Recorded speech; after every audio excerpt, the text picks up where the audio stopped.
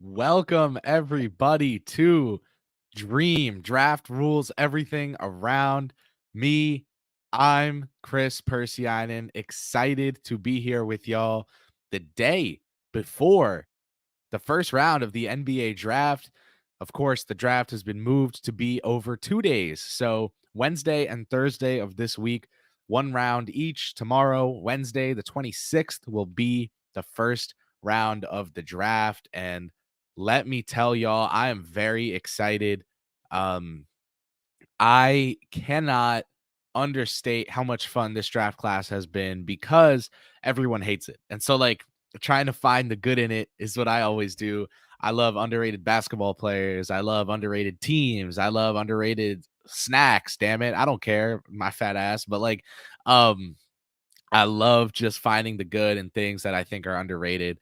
This draft class has so many potential rotational contributors from the lottery and on.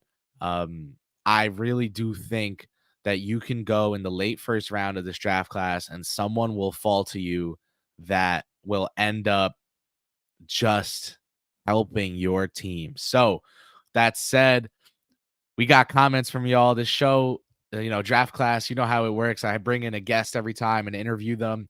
When it comes to Dream, you are the guest.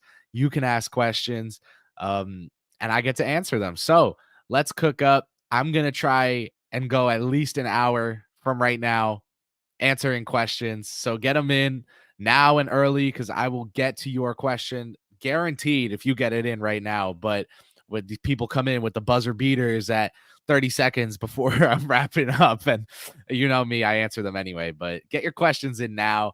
And if you're listening on the podcast feed after, thanks so much for tuning in. I hope you enjoy the questions and the answers and the show in general. Thank you all for being here, whether you're commenting, not commenting, watching with your hands full of popcorn, whatever it is. Thank you so much. I appreciate you. Let's start out with Debo. Welcome back, man. I always appreciate you so much. It said on YouTube, this is your 10th super chat for Knicks Film School in general. That's awesome. You're the best. Thank you so much. Let's start out, man. Thoughts on KJ Simpson, Cam Christie, or AJ Mitchell making it to the 38th pick and the potential fit in New York? I think KJ Simpson should be there with the 38th pick.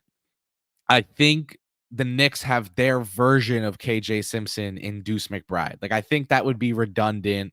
And obviously, McBride has a little bit of a more Thibodeau-esque style of play. Doesn't need the ball as much, better defender. So I think I would say I like KJ Simpson. He's a very fun prospect, but I don't think I can see the Knicks taking him. Cam Christie, someone who I've seen get some different interesting comparisons. I really do think that he can be good. His brother's in the NBA. We haven't seen him play much for the Lakers, but Cam Christie projects to maybe be better than his brother. That said, I'm not sure he will. We don't really know, but he's someone I could see the Knicks being interested in later in the draft. I don't know that they use any of the 3 picks that they do have on him. There was like a little hype got buzzed up, got drummed up about him, and then it kind of died out. Um, I think the Knicks have other players that they like more. I think the Knicks have other targets they like more. So yeah. AJ Mitchell, someone I really like. I love AJ Mitchell. I really do think that he is someone that needs a year in Westchester, but after that, it could really, really help an NBA team. He's got the Brunson-esque quality of this guy's not a super athlete, but he's got the footwork and the diligence and the work ethic to make it work and to just be a contributing player. His dad played overseas, defensive player of the year several times in his league overseas. So, he was raised in an environment where he was taught from a young age what it takes to be a pro. I like AJ Mitchell's game. He's really nice in pick and roll. And that's a super modern NBA relevant skill. I also do think that if the Knicks took him, he would probably go to the G League for a good bit of time. He would not be someone um who would come out and be playing a role in the rotation from day one. Um I don't think many players would in this draft class, but AJ Mitchell definitely wouldn't. And I'm trying to find a way to phrase this. You guys can hear me struggling in a way that doesn't downplay Mitchell as a prospect. I really like him. But if the Knicks took him, it would be to kind of stash away in Westchester, maybe for up to 2 years before he came over and made contributions at the NBA level. So yeah, Debo, thank you so much. I like all three of these prospects. I think Mitchell's the one that the Knicks would take out of these three, and they would take him to stash him away and down the line see, do we have a need at guard now? Is Mitchell ready to go at the NBA level? Can we plug him in? We got another super chat coming up. This one from associate producer at Knicks Film School, Kev Words. Kev, my guy. I love talking draft with Kev. We have like the funniest, best draft conversations in like the 5 minutes, 10 minutes after every show we do, whether it's draft class episodes or dream episodes. Like, I love talking draft with Kev. So it's awesome. We get to do it now on air with y'all. Chris P, let's talk Danis Jenkins and Jonathan Mogbo, both not discussed in general draft coverage enough, in Kev's opinion. What's their low, mid, and high comps? This is a great question. I would say Danis Jenkins is someone who really, really has gone out of his way to play his way into relevance. The only player, right? Was he the only player that Patino took from Iowa with him? I want to say Iowa. Good God, Iona with him. I think he was the only player, or one of two players that Patino. No, he was the only player Patino took with him from Iona to St. John's, and that's for a reason. Danis Jenkins was his leading man. When it comes to Jenkins, I am not sure that there is a world in this NBA where he's someone that early on is coming out and contributing, but I do like him as a prospect. I do think that he's a little more, like you said, a little more intriguing than people are giving him credit for. And that said, when you look at NBA comparisons, I mean, you really just, you want to dissect it from the bottom going up. So when you look at Danis Jenkins, for example, he's someone who you're watching him play and you're thinking to yourself, okay, he's going to be out there. He's not creating his own shot every single time in and out. He's not someone who you're overly reliant on to go out there and make a million plays. I just don't, I can't see a world where Jenkins is a top 40 pick. I really don't think he is someone that is going to get taken that early. I know Rafael Barlow likes him. That's cool. It's cool to see him get attention like that. And I know he wrote about him recently. I think the Nets brought him in for a workout recently.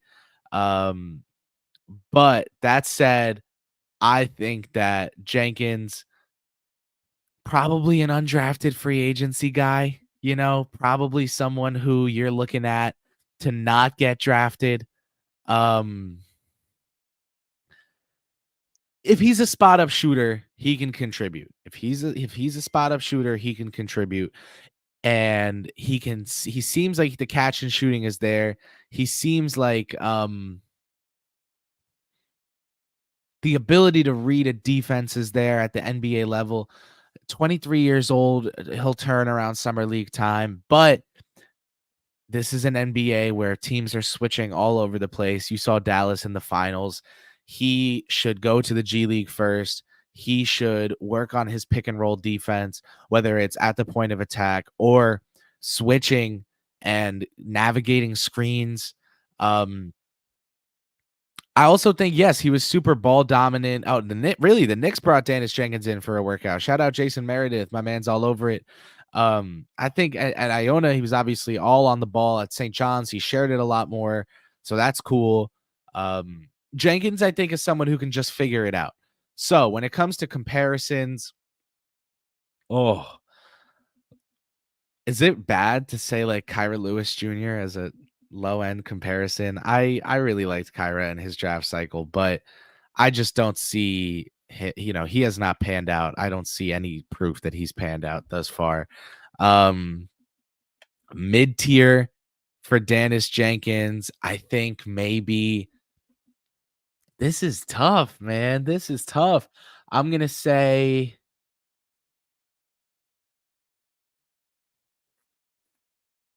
if the shot doesn't pan, part of me wants to think like Markelle Fultz, but he's not. I don't think Jenkins pressures the rim like Fultz does.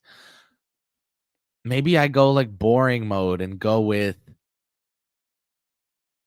J- Jameer Nelson.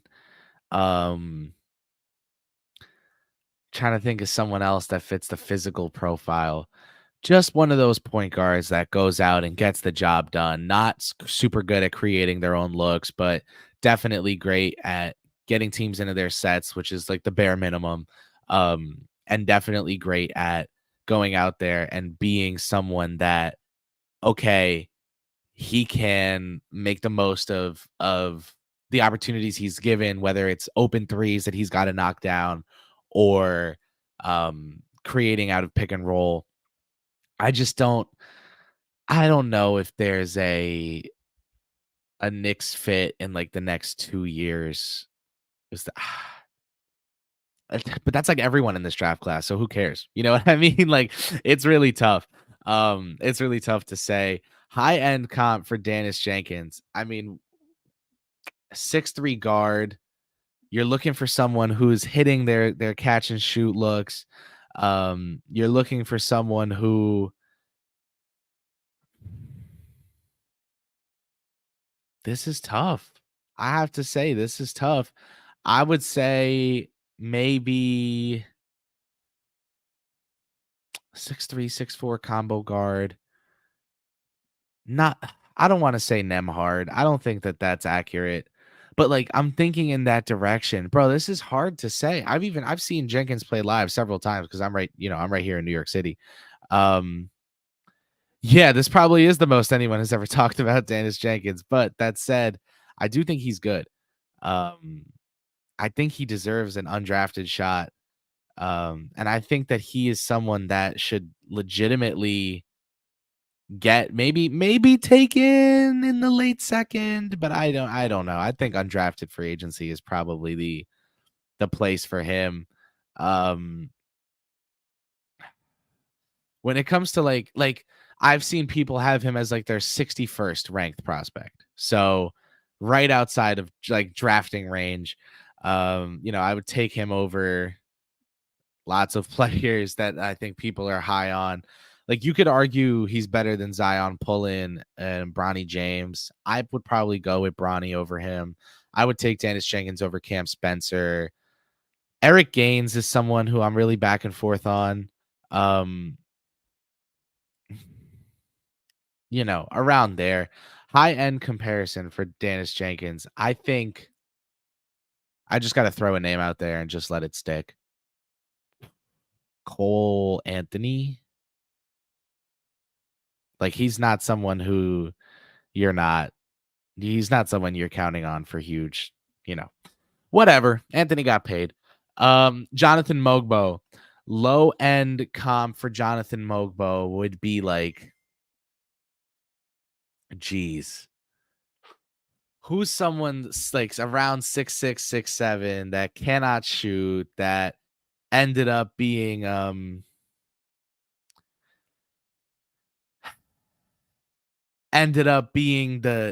kind of player that teams just end up not being able to play. Um maybe a Mogbo comp would be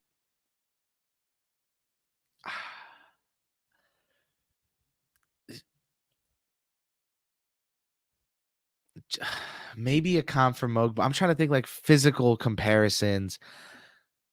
Nemius Keta, like I know doesn't get any burn. Um, Maybe something like that.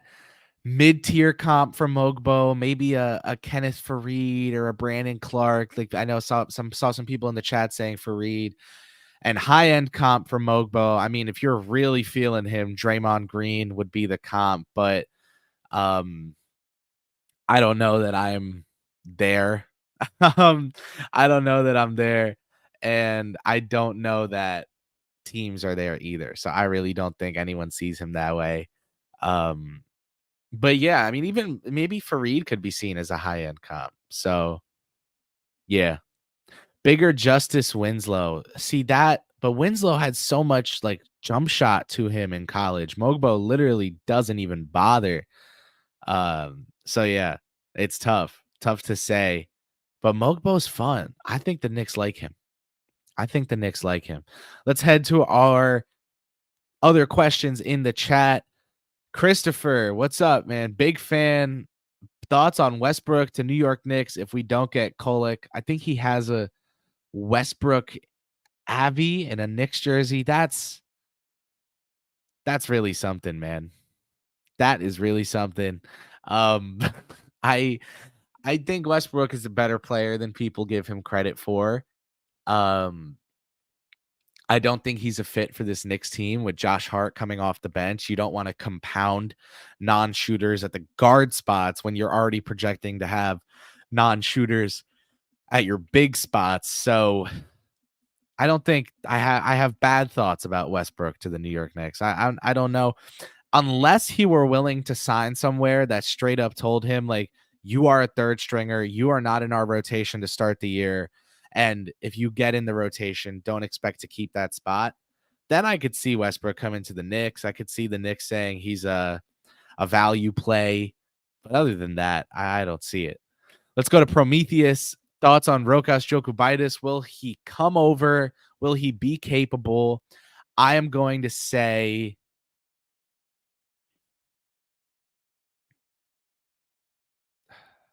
damn. I am going to say you guys are stumping me today. I came on all ready to talk about all these prospects, and I was Russell Westbrook questions. Jeez. I'm gonna say yes. This will be the summer he comes over. Um, if Juan Nunez gets drafted, I think he'll be stashed.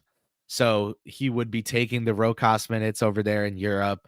I think Rokas can be capable. Like, I straight up think he is capable. I think he can fit what the Knicks look for in backup guards a little bit of the same way that I think Tyler Kolek can. If the Knicks don't get Kolek in the draft, they should really try to get Rokas over. Because I think he can play, and I think they should give him a shot. I like Ras Jokubas. He can shoot it a little bit, but he can really pass it. He can penetrate the defense and kick out to teammates. He's got a floater. He's got a runner.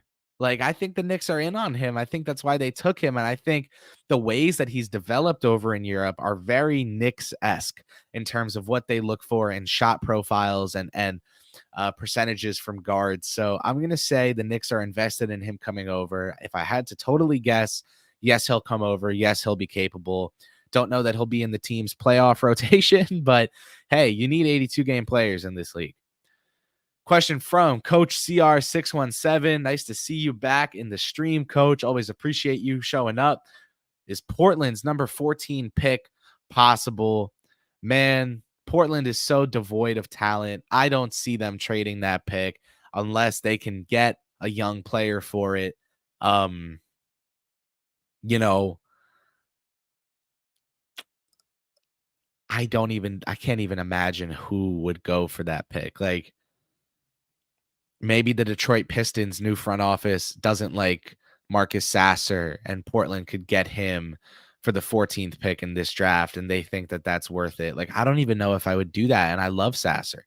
I definitely don't think Portland wants 24 and 25 for 14. I'm going to say no, it's not possible, even though I don't know anyone in the Blazers front office. I don't know how that pick could move or not.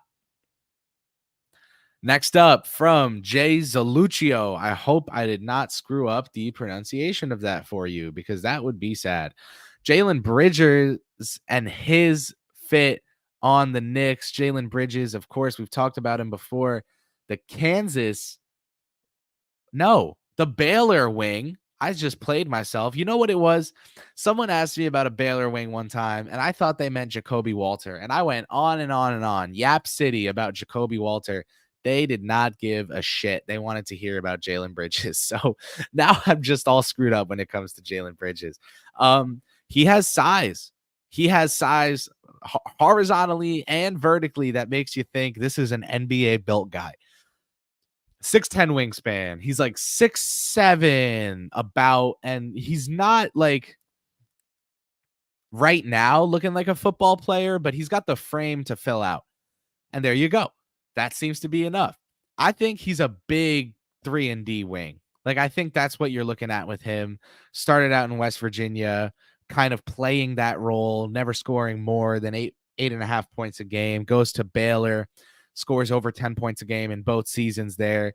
He improved a lot this year at something that's going to be super important for him in the NBA, which is moving off the ball. And because of that, I think that he can continue to grow, because I would like to have seen him have taken more 3-pointers coming off of screens. He had a really high percentage on those, but there weren't many. So, I think he's a good offensive rebounder. I think he averaged around 2 offensive rebounds per game for Baylor across the 2 years. And he's a good defender. So this guy's not a crazy athlete. He's not explosive. I don't know what he does on offense that's not shooting from day one, including passing. He's not like a turnover god, but he's not a passing god. So I would say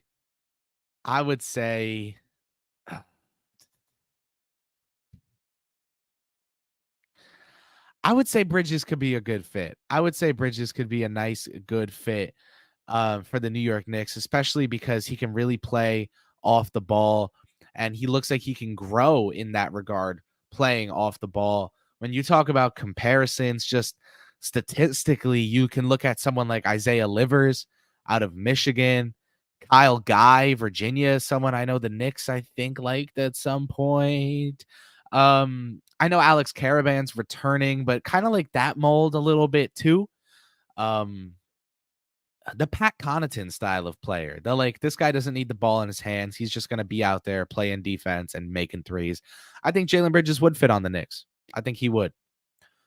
Let's go to our next question. NJ Latino 85. What is this? My burner account? Given the perceived lack of trade value, it seems, by teams in this year's draft, doesn't it make sense for the Knicks to use all 3 picks instead of kicking the can down the road? I think it doesn't make sense to use all 3 picks unless one of them's a draft and stash. Like if Pacome D.R.E.A. falls to 38 and they're just sitting there after having taken 2 rookies, I would just take him. But remember, the New York Knicks, they are trying to get ready for a star acquisition down the line. That means having a few draft picks and taking 3 rookies in a weak class, probably not the best move. I guarantee because of this draft class's perceived lack of strength, but how deep it is with rotational contributors, I think someone will fall to 24 or 25 that another team out there is willing to give up something real to move up for or to trade into the draft and go get. And we know the New York Knicks do not want to be moving down. They want to be trading out of the draft. So, for example, say they take 24 and 38 and they move up to 22 with the Phoenix Suns and they draft Tyler Kolek right there at 22. Then they still have the 25th pick. I think they could, I know this is crazy, move back from 25 for like 29 and 32 and then take 29 and let someone fall and let someone trade into the back of the first round, give you a protected pick in 2026. And then at 32, you draft someone like a Jonathan Mogbo. So you would have 24, 25, and 38. And you would end up with Tyler Kolek, Jonathan Mogbo, and a 2026 lottery protected first round pick. Does that sound terrible to anyone? Like I don't think that shouldn't sound terrible to anyone. So yeah, I think it could go both ways, NJ Latino. Next up, Will. As a Villanova guy, I need to know if you know or like anything about Mark Armstrong. Um, I do know about Mark Armstrong. None of us thought he would stay in the draft, but I'm rooting for him. I definitely know Mark Armstrong. I'm not okay. I'm not going to say I don't like anything about him. I'm not an asshole, or at least I don't think I am. But I don't think he should get drafted. Like, no one should be drafting Mark Armstrong. I don't even know if he'd be like a first 3-night summer camp invitee or two-way like I think he'll be getting summer camp invites, summer league invites. But I do think that I do think he might end up on a summer league roster. Next up, we got Shanye. Knowing this front office, is a trade down more likely than a trade up? I want to say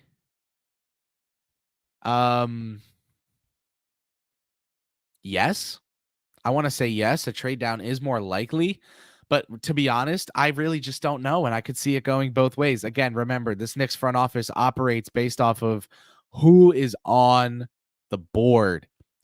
Out of their guys, who can they maneuver for, et cetera, et cetera. So I would say,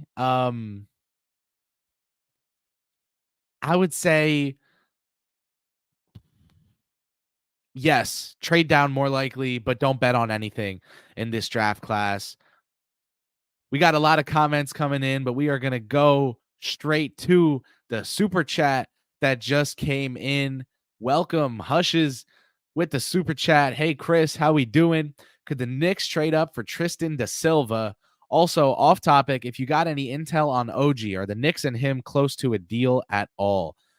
Okay, let's start with Tristan da Silva. I think he'd be a great fit for the Knicks. He can cut.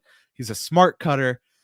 Hit the open three. He's not someone who needs the ball in his hands. He can really make the most of playing off the ball. He could be a fit off the bench for the New York Knicks. He would not hurt the spacing. He would not need the ball in his hands, demand usage, or anything like that to make his juice worth the squeeze. I could see them trading up for Tristan da Silva if guys are flying off the board, and say Tyler Kolek goes super early and Ryan Dunn goes, and they're sitting there like, wow, da Silva fell to 20 or 19. Let's try and trade up. I think they could try to do that. Totally. I bet they like him just based off how they typically value guys. That said, you gotta wait until see how you gotta wait to see how the board plays out, because we just don't know who's going to be there. We don't know when the Knicks are going to be able to strike a deal that they see worth it. I bet they have little deals in place with teams in the late teens that are like, okay, if a guy you like isn't there and the guy we like is there, we'll trigger this trade. Call us if it happens. But I do also think that the Knicks are comfortable not trading at all, staying where they not trading up or trading down, just trading out of one of the first round picks and just drafting at 25 and 38 or 24 and 38. Also, off topic, intel on OG Anunoby. I mean, I don't know the exact to the second current state of things. I do know for sure that people in the know still expect Anunoby to stay in New York. I have reported that previously. After that happened, I think there was a little hiccup in the contract negotiations. Something went down where everyone that was telling me 100% chance OG stays, 90% chance OG stays, that those people are down to 80% now. That said, 80% is a great chance of OG Anunoby staying. I think this front office will do what it takes to retain him. I just don't think this front office is the kind of front office to sit there and bid against themselves. Like, everyone's like, oh, the Knicks lowballed Anunoby. Like, breaking news, front office doesn't start out negotiations with their best offer. You know what I mean? Like, what are we doing? You got to let teams feel things out. I would think that basically when you take a look at where where Anunoby is right now in his career, you can't blame him for wanting to cash out, especially with the injury problems that he has shown. So that said, I think he stays. I don't think him and the Knicks are close to a deal. I think they kind of each side knows what the other side wants at this point. And it's just about playing a little chicken, seeing, who wiggles closer, who gives in. For the Knicks, I think it's a big wait and see thing because they're waiting to see what the offer is that they would have to match or beat. If that offer hasn't come in, if OG hasn't gotten an offer better than the Knicks offer, I can see OG waiting for that offer to come. So we'll see how it goes. I would still think that Anunoby stays in New York. Let's keep it going with the questions. We are on a roll, y'all. NJ Latino 85. Thoughts on Isaiah Collier at 24 for the Knicks if he falls? I mean, to me, if he falls there, it's NYK Mets, another Collier question. I've seen a ton of mocks having Collier fall to the late first. Do you think he's a possibility for the Knicks as Brunson's backup? All right. So I will address these both at once. I do think that Collier is someone that the Knicks really should look into if he falls that deep. I really do think that he is talented. He's someone that you should not let slide further than your pick if you're there in the late first round. That said, there are reasons he would be sliding.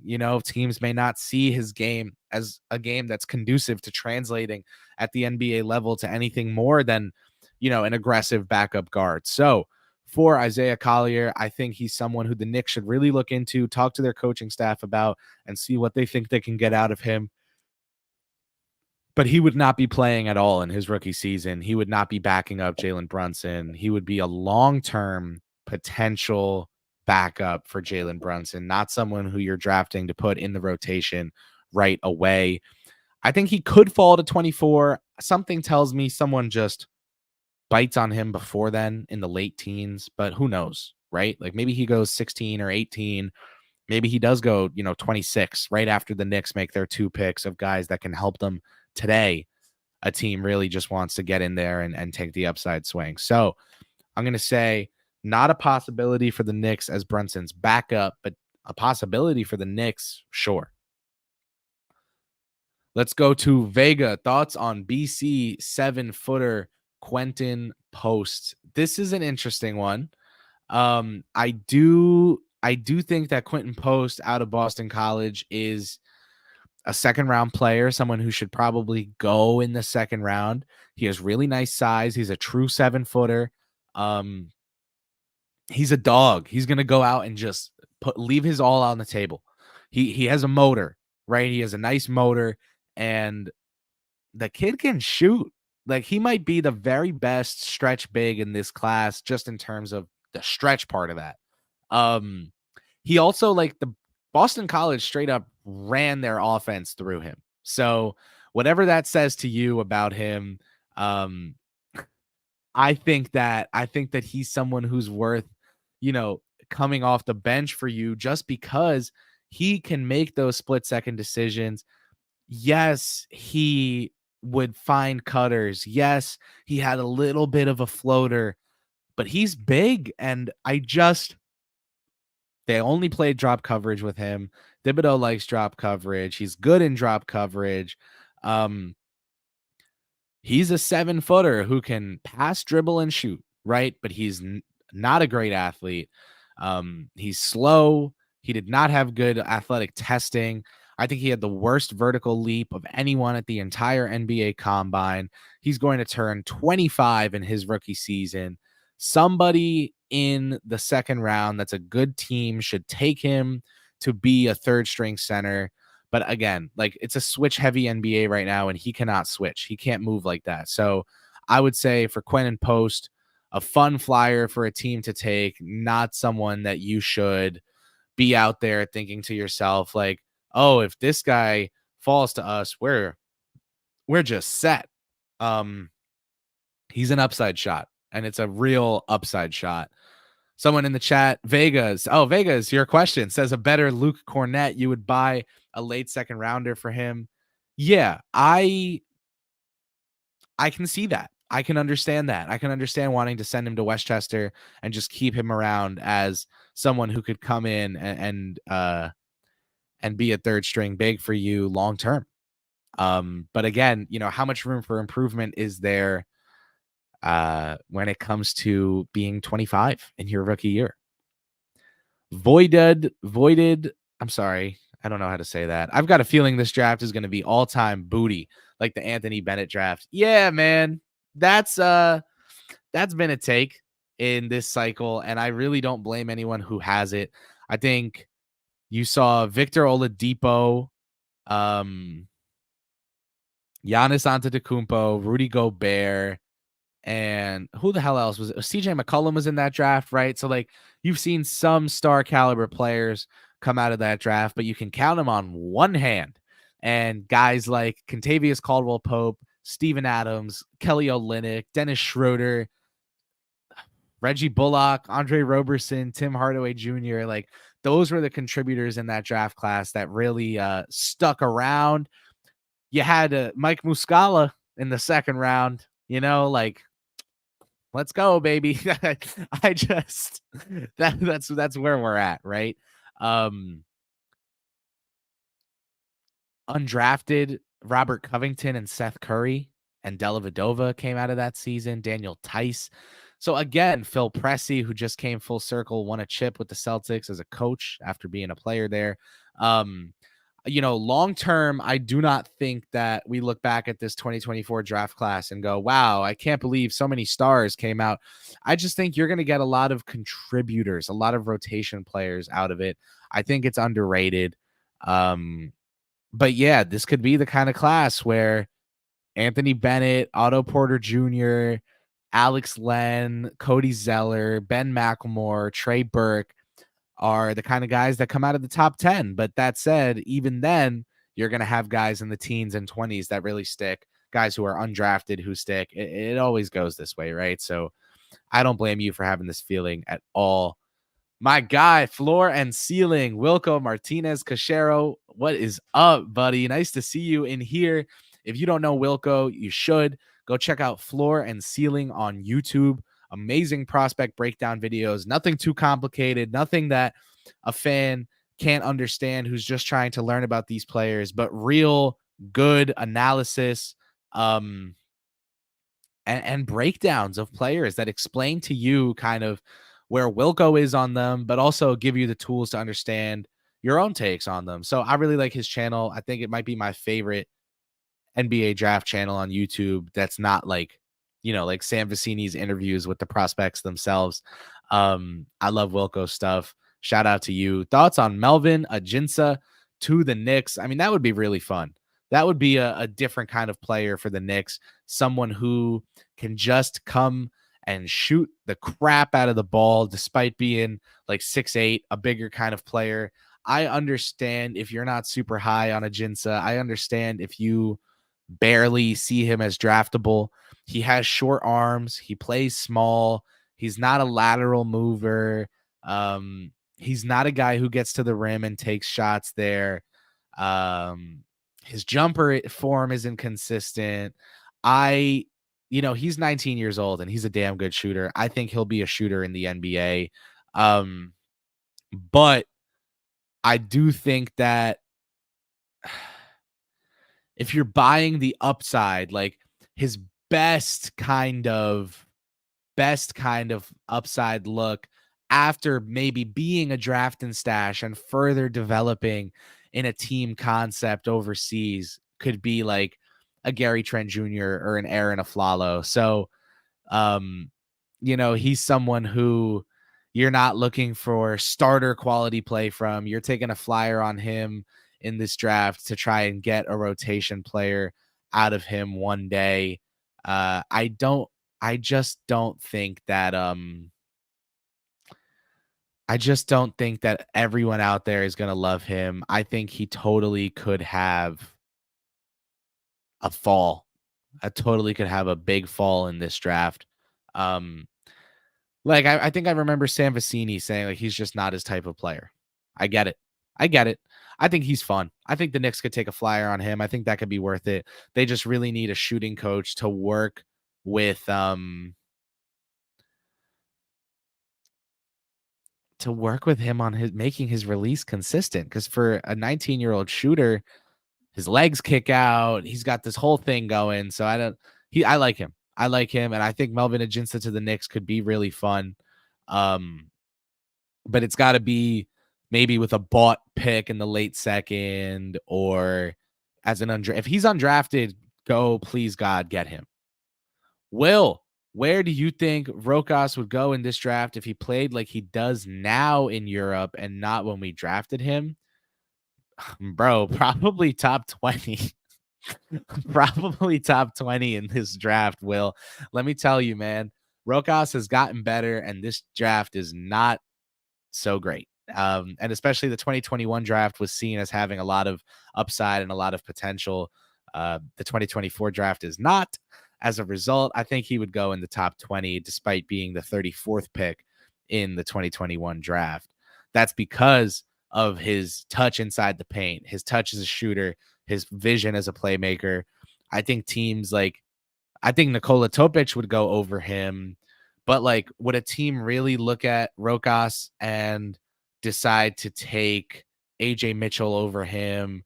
Or even, like I could see Tyler Kolek going over him. Would Rokas get taken before maybe someone like Baylor Shireman? Would Rokas get taken before Pacome D.R.E.A., before Ryan Dunn? Yeah, I think so. I think so. KJ Simpson, another one I think Rokas would get taken before. So it's tough, but I would say top 22. Maybe Phoenix at 22 would be the team that takes him. Next up, let's go Harubo 26. Thoughts on Malcolm Brogden as a backup point guard option? What is his contract situation right now? Because if you need it's that nasty ass $22.5 million. Like if Bojan Bogdanovic and a pick or something, like I don't know that I think Malcolm Brogdon would fit. I think he'd be a good backup point guard option for the Knicks. I think he's at that stage in his career where he knows his prime is winding down. I've heard he wants to be a starter. So how committed would he be to coming off the bench? If it's for a good team, then sure, maybe he'd be committed. The Knicks are a good team. But that said, I don't know salary-wise that the path is there to get him now, especially with the Knicks setting their sights towards bigger goals, resigning OG Anunoby, potentially re-signing Julius Randle, and then going out and looking for a star player this coming season or next offseason to add to the team. But let's stick with Harubo 26. Another question from him. Would Andre Roberson be a good Ryan Dunn comparison? Yeah, I would say so. I think that is a good Ryan Dunn comparison. Can guard up and down several positions, great defender, reliable defender, always the worst offensive player on the court, not someone who can shoot threes, and not someone you want like putting the ball on the floor and attacking the basket every play. So I think that would be a good comparison. There's lots of similarities, of course, some differences, but comparisons are never perfect. I think that's good. Let's go to NJ Latino. Ped Larson for the Knicks. Larson, of course, out of Arizona. 6'5" about, and I know he has a brother or his dad's a professional player. Whatever, you learn all these little things reading Sam Vecini's draft guide, right? But like he's got good size. He has a nice strength level, I would say. And I don't know. He's a good athlete, but I don't know how accessible his athleticism is to him. But he can run. He's versatile. He can shoot. He can definitely catch and shoot. Simple shot, simple results that go in over 40% of the time. I do think that if you get him in the corner and someone closes out too hard, he can pump fake them and go get to the rim. He was a decent finisher at the rim, and he also was a good cutter. And he can shoot off movement, and he can shoot all around the court. So I don't know how athletic he will actually be in the NBA. I'm not sure he's worth the 38th pick in this year's draft class. He could be. He could be. If he's on the board, he could be. I just the defense isn't totally there. I don't think that he is I don't think that he's someone who you're going to look at him and say, this is a two-way player. This is someone who can come in and defend and hit the three. He's a 3-and-D guy. I just, if he can go ahead and figure out defense, and I know he's already 23, right? So this is not like, oh, young player has to figure some things out. I would say because he is,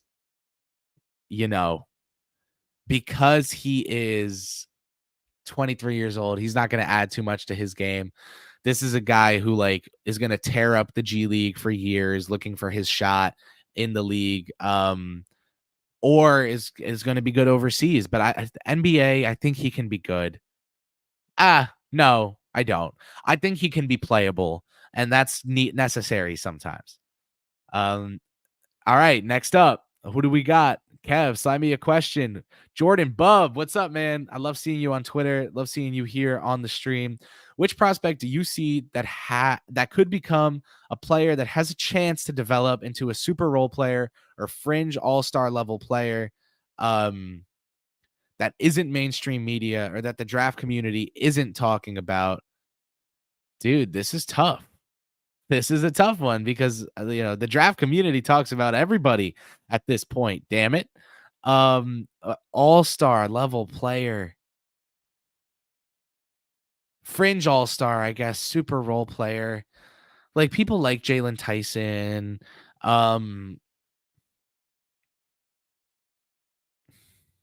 Jonathan Mogbo could be like a fun pick here, but I think that's misguided. Like, I don't think he does that.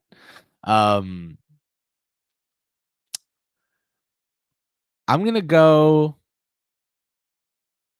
fringe all-star high-level role player. Dude, this is so difficult because this draft class is that kind of draft class. Okay, let's go with AJ Mitchell. I'm going to go with AJ Mitchell here. I know people are talking about him in the draft community, but mainstream media, no one gives a shit about him. I think he's good. I think he'll be good. You just need a team with some patience. Let him grow. Give him a year to really grow.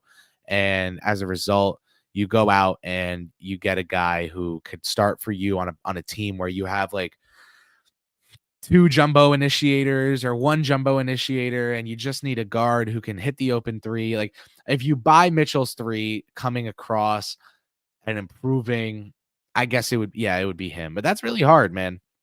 Another question from Jordan Bub.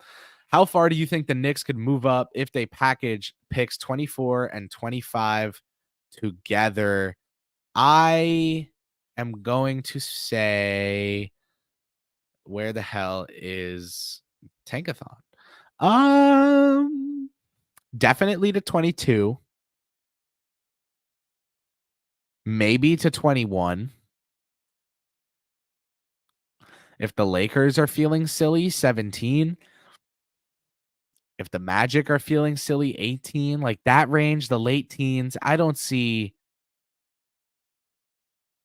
a team that has like the 14th pick, for example. Like Portland already has the 7th pick, right? So they're not going to trade the 14th pick for 2 late firsts.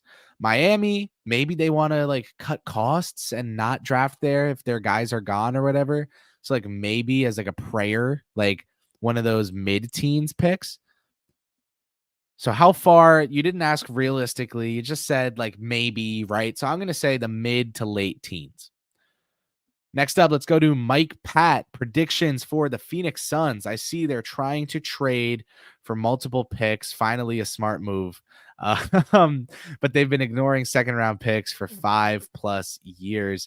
Do you think they realized it's the only way out of cap hell? Yeah, I think the Phoenix Suns know what they did. I think they realized the kind of situation they're in. And this is the kind of draft where you can get contributors late in the first round. If I were them, I would try to be offering the 22nd pick and whatever the hell future pick they can, like, do they have second round picks they can trade in the future? If they had like 2 or 3, I would try to get 24 and 25 from the Knicks. But I would just say the Suns should be trying to get 25 and 38 from New York for 22. Because I think Ryan Dunn can be there for them at 25. So did I say 28 and 32? I meant 25 and 38.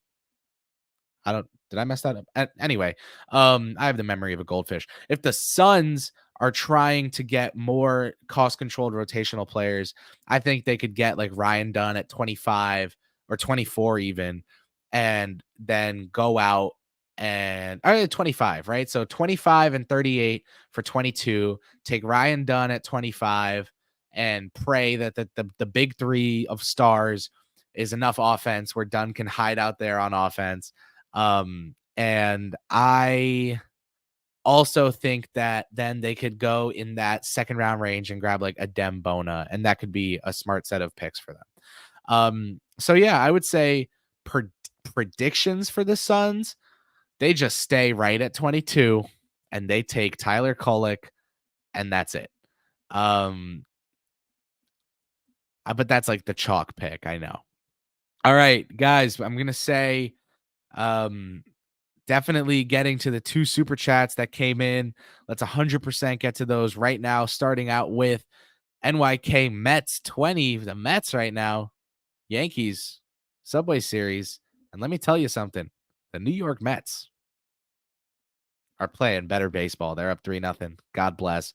Shout out GMAC, the biggest Mets fan at KFS. But I like to think I'm number 2. But Mensa will tell you he's a fair weather fan. So I don't know. I've seen Klier falling in mocks. Any chance he's an option for the Knicks? Would be a high upside option to back up Brunson. Yeah, he absolutely would. That said, I cannot see Klier being the backup in year 1 of his career. I cannot see him being in the rotation in year 1 of his career.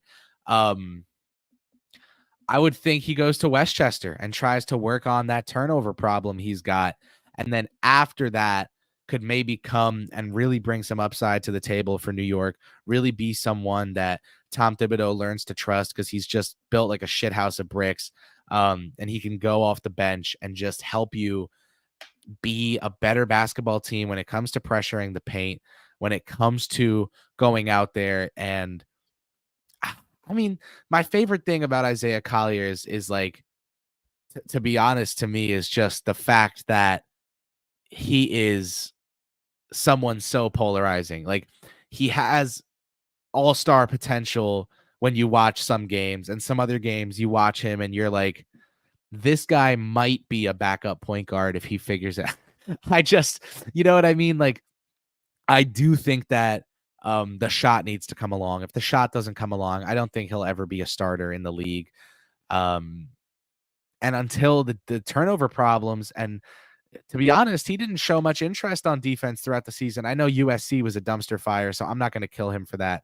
But if the defense and the turnovers improve, then maybe a coach would give him, a real rotational role in year 2.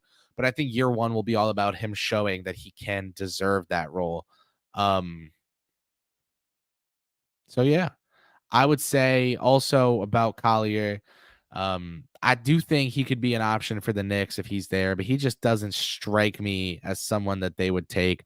I would honestly, you know what the Knicksiest thing to do if Collier were there at 24? Let someone else trade up and grab an extra pick out of it. Another super chat. Thank you so much. Again, shout out NYK Mets 20. Shout out Kev. Shout out Debo. Juanon, what's up? Hypothetical. The Knicks move up and get a pick somewhere from 8 to 13. Who is the target Are there any Tibbs guys that could make the rotation? Would they slide up that far to take Edey? Thanks. Hashtag fire Tibbs. Wow. Wow. All over the place in that one, Jew and on.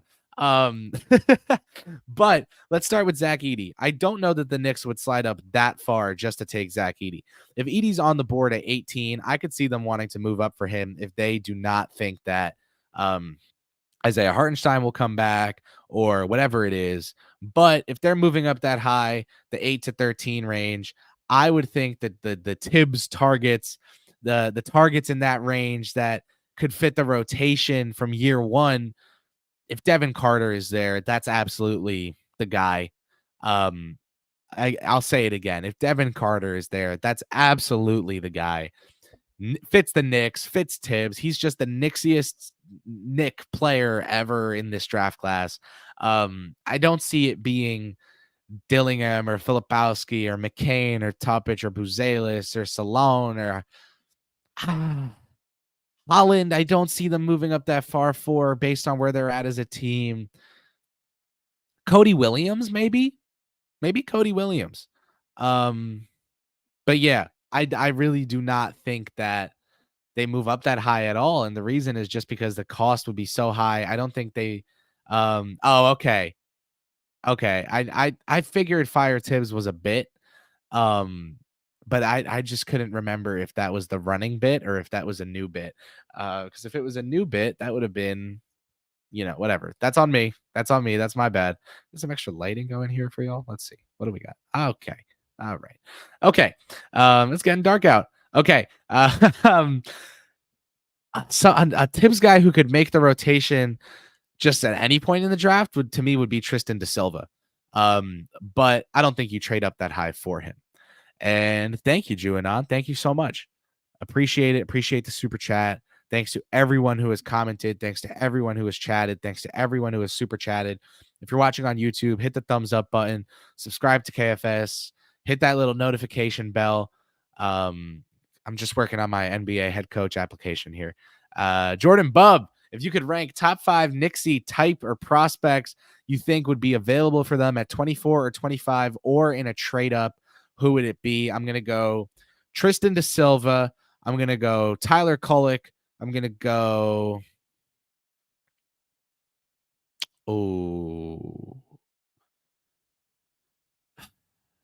Yves Missi.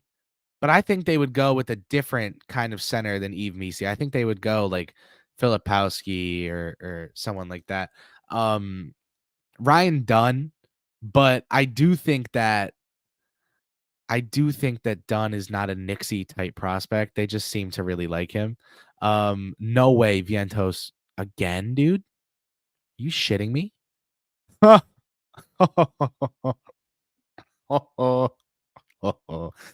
love Mark Vientos. Okay, anyway, back to the New York Knicks. That's what we're here for.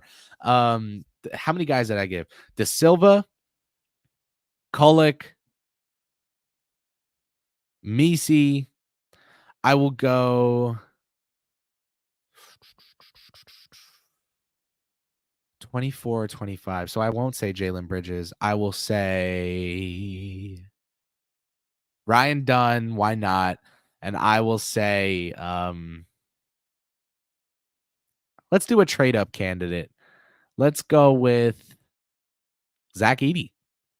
He kind of fits the bill for Knicks centers. And the Knicks love offensive rebounders. So Kolek is in there. Edey's in there. And then if you had a trade down, I would say Jonathan Mogbo. Okay. That said, let's keep it going in the chat. Prometheus, get Najee Marshall. Ooh, I know he's good. I think he's underrated. I do think he's someone that I know the Pelicans are allegedly expected to lose.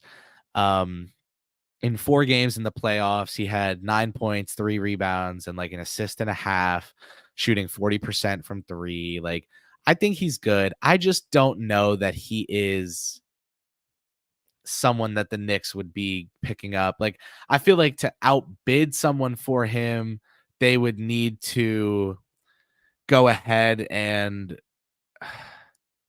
give him like the full MLE. And I just don't see that happening for New York. So I like Najee Marshall. But I don't think he ends up a Knick. One last question. This one last question comes from Dirty Dancer, the GOAT of the KFS draft chat Discord. Dirty Dancer, it's only right we end things off with you. AP Kev said we are saving Dirty Dancer's question for the end. Do not think we looked you over, my man. We were making sure you felt extra special. If you want to join the KFS Discord yourself, you can become a Patreon. The link is always in the YouTube description to go to the Patreon. You get access to town halls like where we hang out. The KFS crew hangs out with y'all and just talks Knicks or whatever you want to talk about. You get access to the KFS Discord, which has channels like the draft chat where Dirty Dancer is dropping full scouting reports on freaking 60 prospects throughout the cycle. He is awesome. The Knicks Discord is awesome. Call your shot on who the Knicks pick. I am going to say, okay, I won't do the Ryan Dunn thing. I'm going to say the Knicks trade up a couple of spots to get Tyler Kolek because they're really high on him, and I've heard that. I'm also going to say I know the Strickland reported recently that they had Mogbo in for 2 workouts, but separately from that, I have heard that the Knicks like Jonathan Mogbo. So I'm going to say the Knicks trade up. They turn 2 of their picks into 1, and then they trade back with their other pick. They trade the whatever first rounder or whatever they get, and they send that down the line for a future first. And in the early second round, or they just trade it for a future first. And in the early second round, they take Jonathan Mogbo. So it looks something like this. You come in with 24, 25, 38. You take 24 and 38 and you get 21 or 22 or 20. You take Tyler Kolek, guard, Marquette. You still have 25. You take 25. You trade it for 29 and 32. Or you trade it for, who's got 31? You trade it for 31 with Toronto, and they give you a future first, and they give you the 31st pick for 25 because they really want to get back in the first round to take someone they love. Or the same thing for Utah, or the same thing, maybe Milwaukee at 33. Maybe Milwaukee has someone they really like in the late first. And you do that, and you end up with a future pick and Jonathan Mogbo, and then you got Tyler Kolek earlier. So I'm going to say Kolek and Mogbo are the 2 newest Knickerbockers after the 2024 NBA draft. If you're listening live, you would like to know probably that you can listen live tomorrow, where the KFS Study Hall crew, that's your boy KP right here, Sean with a W, and Mensa will be live talking about the NBA draft as it goes down. I believe it's going to be on playback, which means it'll simulcast to Twitter and YouTube. Tune in, join us for the NBA draft. Thank you so much. And I, of course, will have an episode of Draft Class for you guys after the NBA draft to talk about who the hell the Knicks picked, if they picked anyone, why the hell they didn't pick, if they didn't pick anyone. And no matter what, I'm going to try to just make you guys feel informed about what the Knicks did on draft night. That said, thank you so much for coming out to another episode of Draft Rules Everything Around Me. Give this video a thumbs up on YouTube. Subscribe to the Knicks Film School channel. Follow Knicks Film School on Twitter. And if you are listening later on the KFS podcast feed, leave a 5-star rating. Leave a review. Shout out your boy KP in that 5-star review. Why not? If you're leaving a 1-star review, my name is Ryan Shireman. So just remember that. Thank you so much. We will see y'all tomorrow and Thursday. 2 live streams coming for 2 days of the NBA draft right here on Knicks Film School. Shout out to Kev, my producer for today's episode, and for all the draft content. Appreciate y'all greatly. Appreciate Kev and GMAC greatly. See y'all soon. KP out.